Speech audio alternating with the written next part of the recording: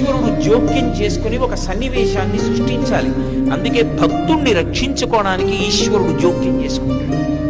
ఆయన ఎలా జోక్యం చేసుకుంటాడో మనకి తెలియదు. ఒక్కొక్కసారి బహుముందుగానే జోక్యం చేసుకుంటాడు, వచ్చేది తెలుస్తుంది కాబట్టి అడ్డుకట్ట వేసి నించుంటాడు.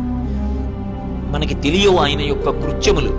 భక్తుణ్ణి మాత్రం ఆదుకుని తీరుతాడు ఈశ్వరుడు. నన్ను నమ్మండి అంతే, అంతకన్నా నేను చెప్పలేను.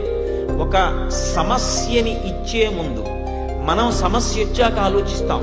భగవంతుణ్ణి నమ్ముకున్న వాడి గురించి పరమేశ్వరుడు సమస్య ఇవ్వడానికి ముందు వాడికి పరిష్కారం ఎలా చూపించాలని ఆలోచిస్తాడు. నన్ను నమ్ముకుని ఉన్నవాడు వాడు పాడైతే ఈశ్వరుడు జోక్యం చేసుకుని ఒక సన్నివేశాన్ని సృష్టించాలి. అందుకే భక్తుణ్ణి రక్షించుకోవడానికి ఈశ్వరుడు జోక్యం చేసుకుంటాడు. ఆయన ఎలా జోక్యం చేసుకుంటాడో మనకి తెలియదు. ఒక్కొక్కసారి బహుముందుగానే జోక్యం చేసుకుంటాడు, వచ్చేది తెలుస్తుంది కాబట్టి అడ్డుకట్ట వేసి నించుంటాడు. మనకి తెలియవు ఆయన యొక్క కృత్యములు. భక్తుణ్ణి మాత్రం ఆదుకుని తీరుతాడు ఈశ్వరుడు. నన్ను నమ్మండి అంతే, అంతకన్నా నేను చెప్పలేను.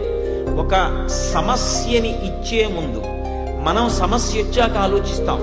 భగవంతుణ్ణి నమ్ముకున్న వాడి గురించి పరమేశ్వరుడు సమస్య ఇవ్వడానికి ముందు వాడికి పరిష్కారం ఎలా చూపించాలని ఆలోచిస్తాడు. నన్ను నమ్ముకుని ఉన్నవాడు వాడు పాడైతే